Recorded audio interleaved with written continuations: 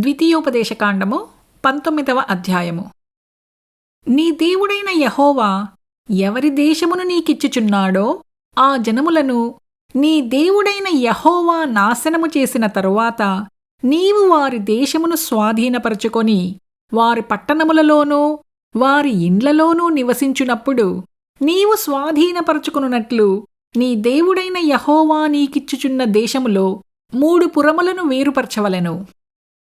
ప్రతి నరహంతకుడు పారిపోవునట్లుగా నీవు త్రోవను ఏర్పరచుకొని నీవు స్వాధీనపరచుకొనున్నట్లు నీ దేవుడైన యెహోవా నీకిచ్చుచున్న దేశము యొక్క సరిహద్దులలోగా ఉన్న పురములను 3 భాగములు చేయవలెను.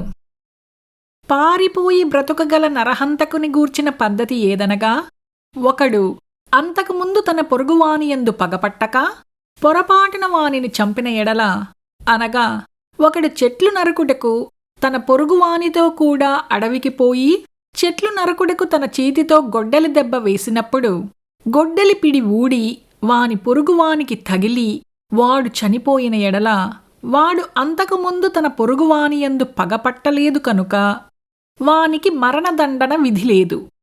అయితే హత్య విషయములో ప్రతిహత్య చేయువాని మనస్సు కోపముతో మండుచుండగా మార్గము దూరమైనందున వాడు నరహంతకుని తరిమి వాని కలుసుకొని వాని చావగొట్టకయుండునట్లు ఆ నరహంతకుడు పారిపోయి ఆ పురములలో ఒకదానియందు చొచ్చి బ్రతుకును. అందుచేతను 3 పురములను నీకు ఏర్పరచుకొనవలెనని నేను నీకాజ్ఞాపించుచున్నాను.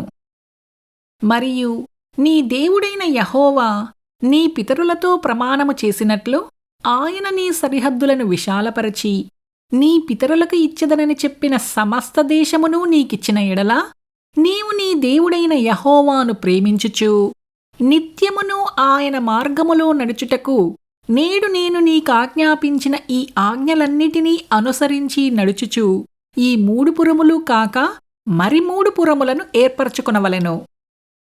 ప్రాణము తీసిన దోషము నీమీద మోపపడకుండునట్లు నీ దేవుడైన యెహోవా నీకు స్వాస్థ్యముగా ఇచ్చుచున్న నీ దేశమున నిర్దోషి యొక్క ప్రాణము తీయకుండవలెను.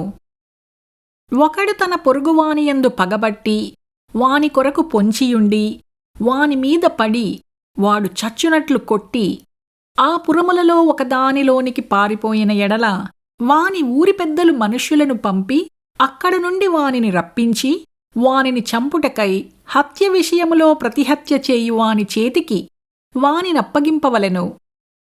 వాని కటాక్షింపకూడదు. నీకు మేలు కలుగునట్లు ఇశ్రాయేలీయుల మధ్య నుండి నిర్దోషి ప్రాణ విషయమైన దోషమును పరిహరింపవలెను.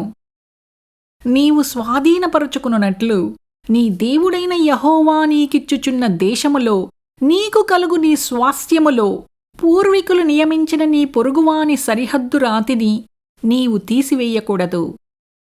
ఒకడు చేయు సమస్త పాపములలో ఏ అపరాధమును గూర్చియే కాని ఏ పాపమును గూర్చియే కాని ఒక సాక్షి యొక్క సాక్ష్యమును అంగీకరింపకూడదు. 2 సాక్షుల మాట మీదనైనను 3 సాక్షుల మాట మీదనైనను ప్రతి సంగతి స్థిరపరచబడును.